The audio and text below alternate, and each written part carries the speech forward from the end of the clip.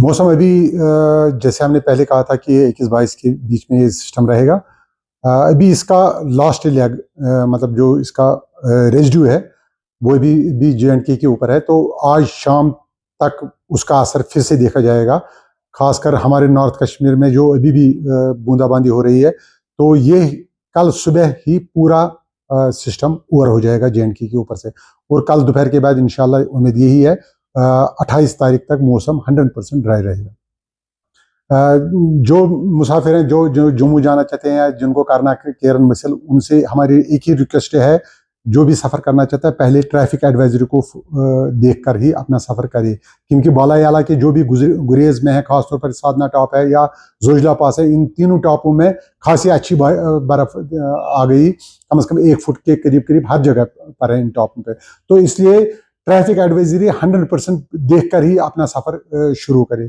Farmer से भी हमारी इस्तीदा है कि आज भी होल्ड पे ही रखे अपनी जो भी एक्टिविटी है, और कल दोपहर के बाद वो अपनी सारी एक्टिविटियां शुरू कर सकते हैं। धुंध अभी एक्चुअली जो आफ्टर पासिंग ये WG जो है, इसका जो असल थ्योरेटिकल पार्ट है कि इसके बाद धुंध स्टार्ट हो जाएगी।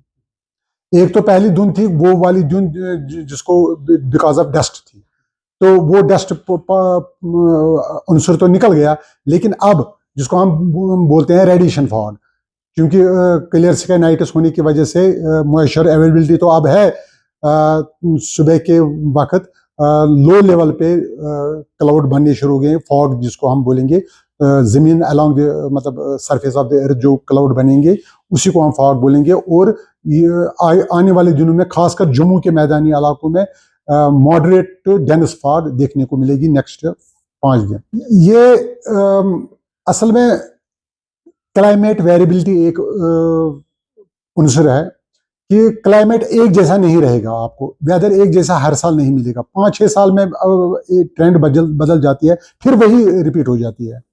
जैसे अभी पिछले 4-5 साल में आपने पहले एडवांस में स्नोफॉल देखा, लास्ट वीक ऑफ अक्टूबर या नवंबर में देखा, लेकिन फिर इसी पैटर्न पे फिर आ गया। ये क्लाइमेट वेरिएबिलिटी ये होती रहती है, इसका ज़्यादा कंसर्न करने की ज़रूरत नहीं है। कंसर्न करने की अगर ज़रूरत है वो है फॉरेस्टेशन की। अगर आपने अच्छी तरीके से आपने जो वेट लैंड्स है इनको बचा के रखा, और जो फॉरेस्ट कवर है इसको बचा के रखा, तो इंशाल्लाह ये नॉर्मल जैसे यहाँ पर देखने आ रहा था ये विंटर, ऐसा ही आएगा। उतनी ज़्यादा खराबी नहीं है, अभी भी हम वहाँ से वापस आ सकते हैं।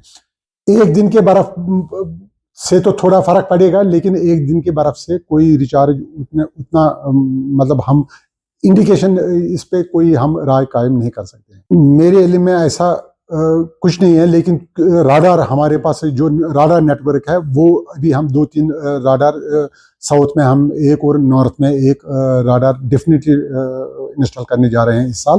तो इंशाल्लाह उससे ज़्यादा एक्यूरेसी आएगी कि जो भी सिस्टम आएगा उसमें कितना वाटर कंटेंट होगा या कहाँ से कहाँ उसकी मूवमेंट है, वो हम कबल अज़ वक्त, वो ज़्यादा फार्मर्स के लिए जिनको स्प्रे करना होता है उसके लिए मुफीद है।